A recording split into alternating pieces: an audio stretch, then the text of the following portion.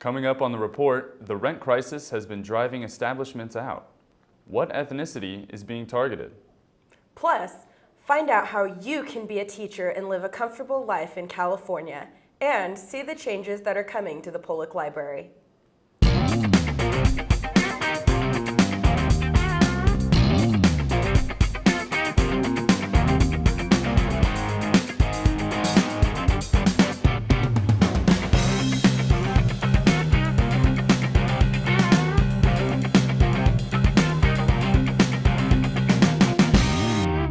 Thanks for joining us at The Report. I'm Alex Armstrong DeHogue. And I'm Katie DeFalco.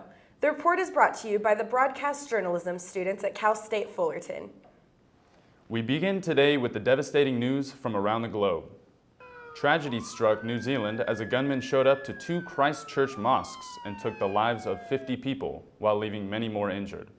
The suspect seemed to have emailed the Prime Minister of New Zealand an 87-page manifesto before going live on Facebook and committing his attacks.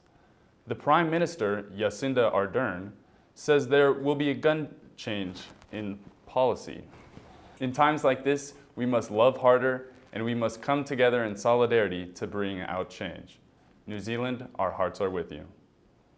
President Donald Trump published his first veto declaring a national emergency. 12 Republicans joined the Democrat Party to revoke the president's decision of receiving the funds for the wall on the southern border, but it was overruled. It was an outbreak, but as of right now, lawmakers don't have the votes to overturn his veto. As Trump approved his veto in the Oval Office, Vice President Mike Pence spoke a few words thanking the president for keeping his promise to America. Vice President Mike Pence is making sure that all of Trump's promises and agendas are being implemented in the long run.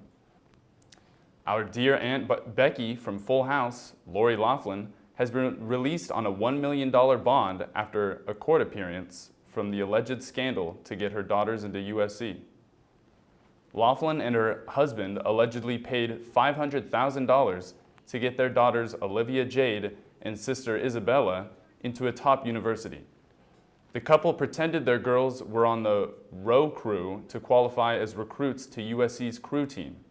Loughlin has been dropped from the Hallmark Channel and her Netflix show Fuller House. Daughter Olivia Jade has also been dropped from several companies including Sephora and Turismo. Both daughters are dropping out of the university as they are afraid to get bullied after the scandal, and for now they are just laying low. The rent crisis in Santa Ana is driving establishments to close down. Our reporter, Alondra Valdivia, went to access the situation. La Cuatro, known for being rich in Hispanic culture, has been undergoing a lot of changes. Dorian Zamora, worker in the beauty salon La Casita Blanca on 3rd Street, believes the changes only help the nightlife. La vida nocturna ha sido trastornante un poco para todos los que son del vecindario aquí alrededor, apartamentos, casas, sí, eso es lo que puede haber afectado más y aparte que el comercio pues se terminó. The new eclectic nightlife include bars and restaurants. They are being blamed for the rent increases on leases and properties nearby. Inevitably, these rent increases affect Hispanics the most, prolonging them to close their stores or join different stores under one.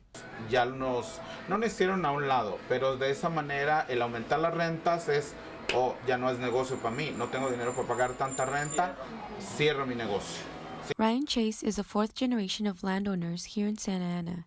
He has set up initiatives to help. In an interview with OCR, he mentions the kind of rent he offers. He also mentions he just wants entrepreneurs to succeed, like his addition, the Union Market, which replaced the old swap meet, El Centro. Carlos Rodriguez, owner of AB Computers, had to relocate from El Centro to a new store nearby. Y si nosotros queríamos después regresar, podíamos. Pero obviamente las rentas iban a cambiar. Yo renté este local y aquí nos ha ido mucho mejor.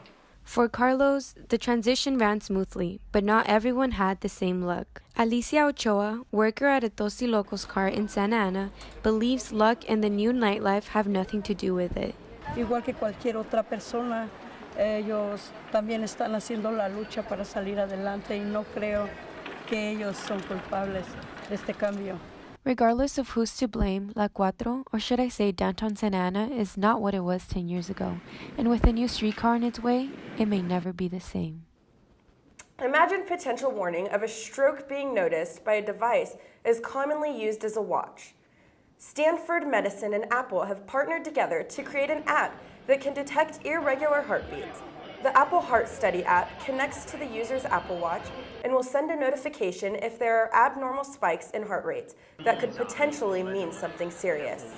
Although the progression of this technology is still in the works, results as large as saving a life may come with the advancement of this technology. Taking the third spot at the box office this past weekend was 5 Feet Apart, directed by Justin Baldoni. It is a story about a teen girl, Stella, played by Haley Lou Richardson, who has cystic fibrosis and falls for a fellow cystic fibrosis patient, Will, played by Cole Sprouse. Cystic fibrosis patient guidelines require them to be at least 6 feet apart at all times. Will Stella and Will fall to the temptation to throw the rules out the window and embrace their attractions as their connection intensifies? Catch the movie in theaters to find out. Coming up, the Big West Championship game. Who will advance to the NCAA tournament?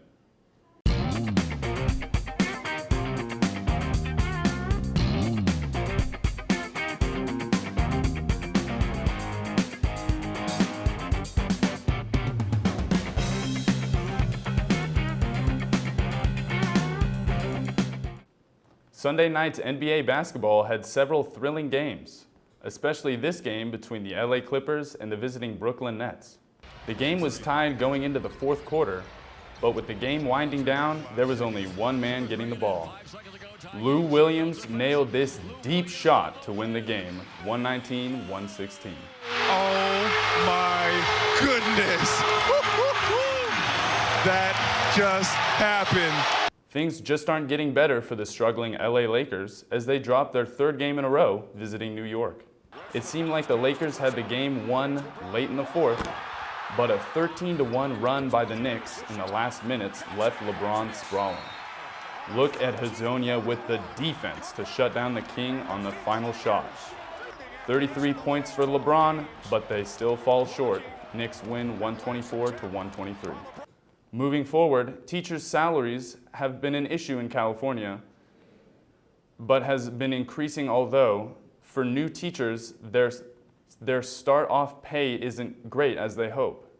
Teachers are the people who help us grow in life and bring us hope. In California, their salary seems to be increasing. However, the amount of work and outside hours put into their job don't show in their paycheck. Growing up, teachers taught us the values of education and to build a life of their own.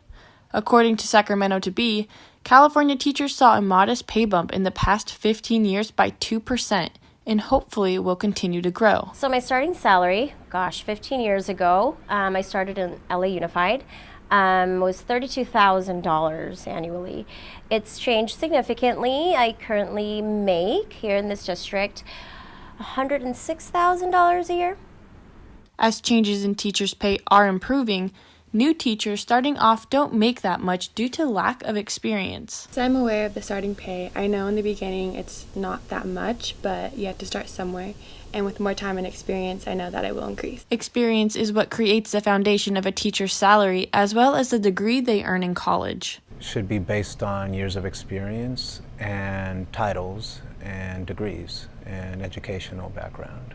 I hold 2 BAs, one in Spanish language and one in Spanish literature. I hold a master's in philosophy and ethics and Spanish literature, and I hold a PhD in Spanish literature, concentration poetry. From data online, school libraries, and personal experiences, it is possible to be a teacher and live a comfortable life. They are the ones that help shape us to who we are today and get us to where we are, and we have them to thank for that. This is Daniela Bood for The Report. The UC Irvine Anteaters defeated the Cal State Fullerton Titans on Saturday at the Honda Center in Anaheim, winning the Big West Championship title. This will be UC Irvine's second time in school history heading to the NCAA tournament with a final score of 92-64.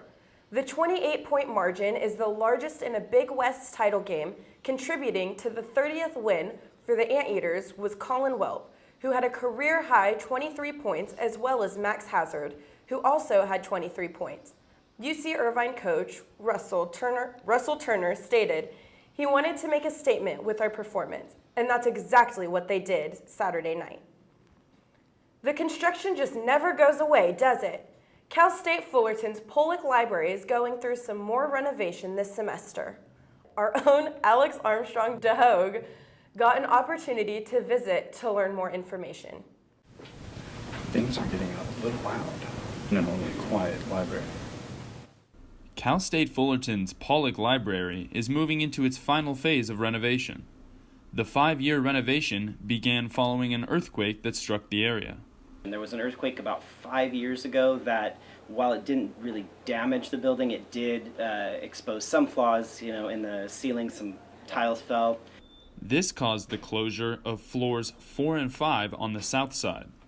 They were untouched for years, but now something is being done. Right now we are doing the entire south building retrofit for seismic and upgrades to structural stability. We are doing floors 4, 5, and 6, and the compact stacks for the north basement. The north basement is one of the areas now closed to students, along with all of its books. This is just one of the drawbacks of the construction. Unfortunately, students are affected quite frequently. Not only the study spaces that they lost with those floors being closed, but also access to the building, access to the floors, and there's frequent noise on the upper floors. This is not only affecting students, but employees as well. Sometimes floors are not available to put the books in their place, so we have to put that aside, and a lot of the books accumulate, and then it's a lot of hassle for all of us. Luckily, students and employees won't have to deal with the noise and area closures for too much longer. Then the compact stacks should be finished within the next month or so, and then floors 4 and 5 we're hoping to have open by the fall of the next year. Until then, I'll just be bringing headphones in to study. For the report, this is Alex Armstrong DeHogue. A 5-year-old boy has been getting a lot of attention from police officers. Find out why coming up next.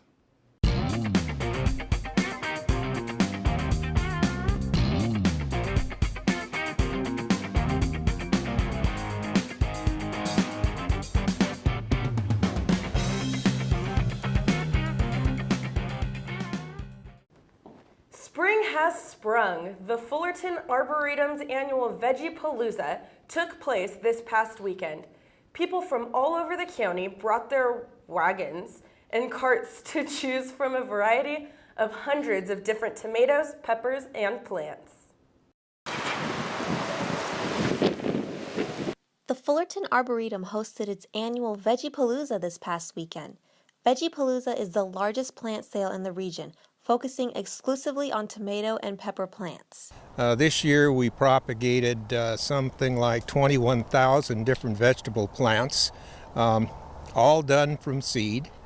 Of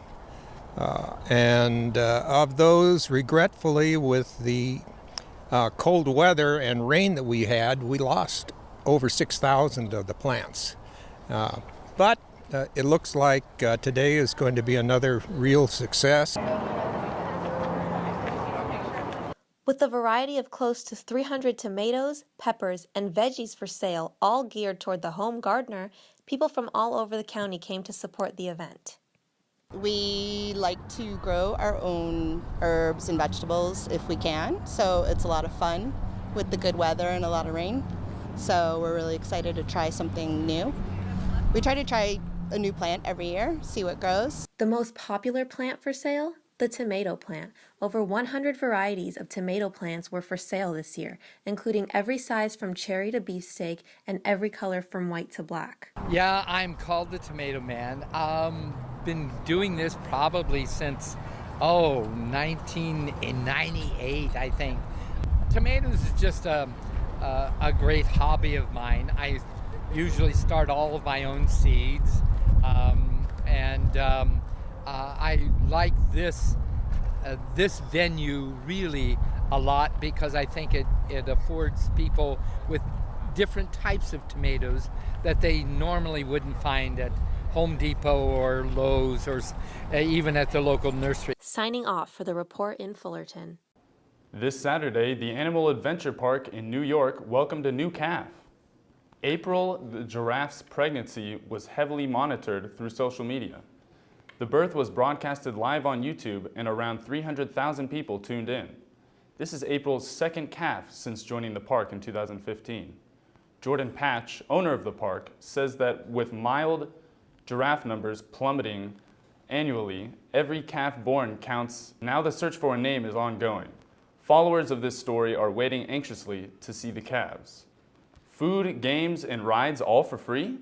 Cal State Fullerton offers much more than an education to its students.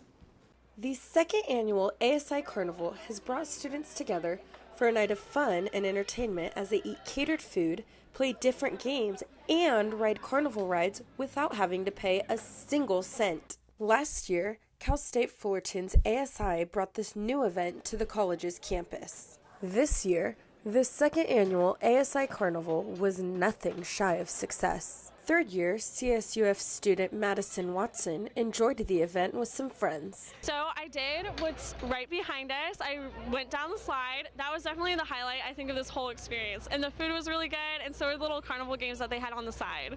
Attendees could also receive kettle corn, cotton candy, and free caricature drawings. The carnival definitely takes a lot of planning.